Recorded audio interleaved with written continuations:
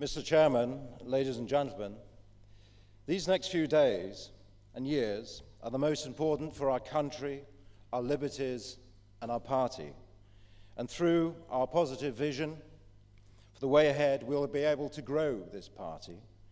That's what we want, isn't it? To grow this party, to realize its real potential. Now the foundations are set. We increased our vote share by 50% at the last election. We have a full and comprehensive manifesto, taking the fight to the coalition and Labour on everything from defence to the economy to fisheries and immigration. Policies make us relevant. But we're also the most underrepresented party in the UK, with nearly 1 million votes in May. We have more votes than all the Northern Ireland parties put together, but none of their 18 MPs. So today we are calling for a new, fairer voting system, Alternative Vote Plus, AV+. This should be an option in the referendum next May. Now the government may also create an elected House of Lords, and we could achieve an estimated 30 elected peers as well.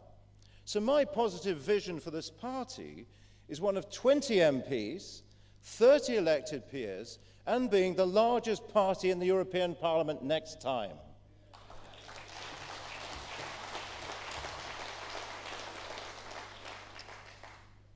But to achieve this vision, we must grow up and professionalise as a party. What we say and do isn't just for us, it's for them. It's for the people we seek to represent. And the majority of the British people want to leave the European Union. And it's for the media too. They need to respect us, and we to respect them by acting like a serious political party. It's a call for our manifesto to be understood by our policy spokesman. It's a call for us to be proactive, hitting the coalition with everything we have, from freedom of information to parliamentary questions to the exposure of EU directives. And it's a call for us to build this party, and that means winning the fight here instead of showboating in Brussels. And if that means fighting every by-election as if it were a general election, and every Welsh, Scottish and Northern Ireland election as if it were a general election, then so be it. If I am fortunate enough and honoured to serve this party as the next leader, then mark my words, the lazy days of UKIP are over.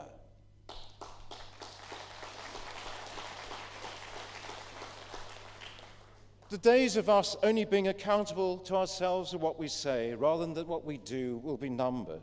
I believe a new UKIP must be a part of action, not of talk. Not a party of navel gazers or those who think their role is to compete with Dan Hannan for YouTube hits. And certainly not a party that others think is something for sale for £100,000 on eBay. I think new UKIP has to think bigger and wider.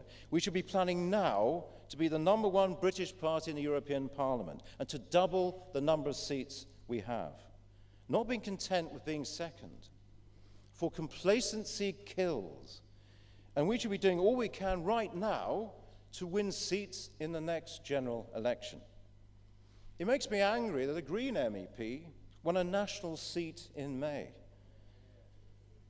And though I commend Caroline Lucas for the professionalism that did it, if our own party had a more professional approach to how it was run, we could have 1 or 2 MPs in the House of Commons.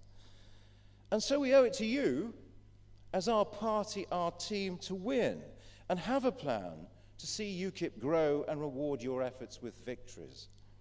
We owe it to the British people to stand as a credible opposition party worth their time and continued support, and we owe it to our country to stand up proud of our policies and beliefs to fight for this great nation.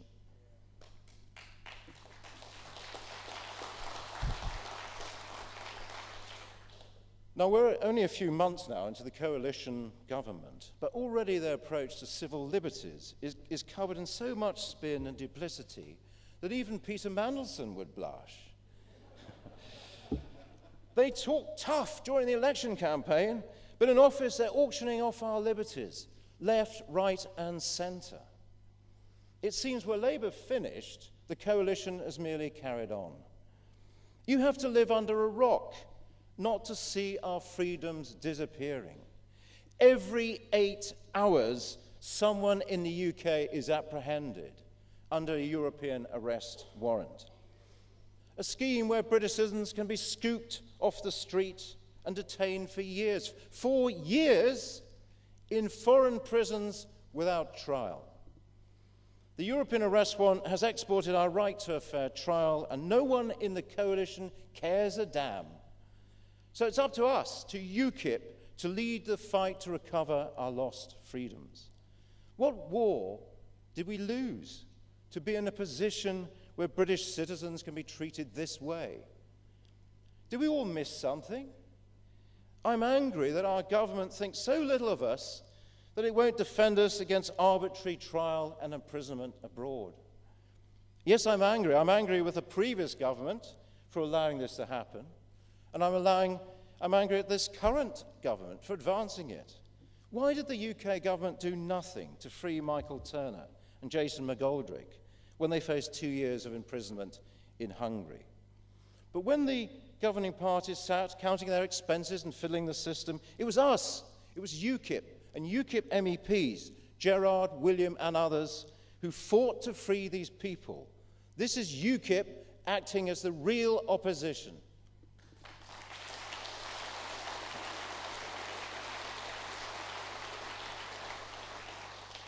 And it should tell the British people all they need to know. We are by your side. We will defend your freedoms today, tomorrow, and beyond. We will safeguard your liberty, come what may. Even after all these injustices, the coalition's answer to this totalitarian law, is to review it. Review it? Mr. Cameron, don't try and fob the British people off with a review. A review is worthless to a family who have seen their loved ones condemned by dodgy magistrates or left to rot in a remote jail. You said, we're all in this together, Dave. Well, act like it then. I say enough is enough. We must scrap the European arrest warrant.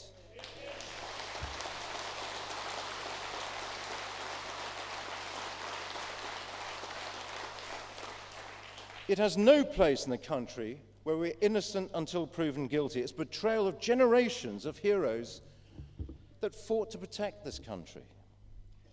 Of course, the coalition can blame Labour for bringing in the European arrest warrant, but Lib Dems like Graham Watson from the southwest here promoted it.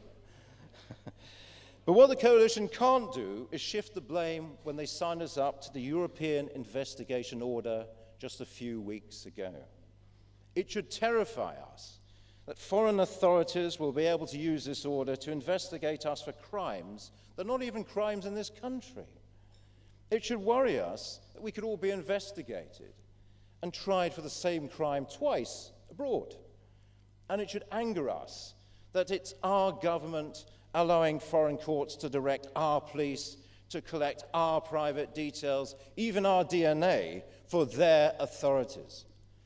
Look at those governments in Europe. Some have barely escaped communism. Yet David Cameron and Theresa May want them to be able to instruct our police forces. But this coalition hasn't given us a signal yet that it will stand on the side of law-abiding Brits. So far, their approach to law and order is a throwback to 1960s flower power politics.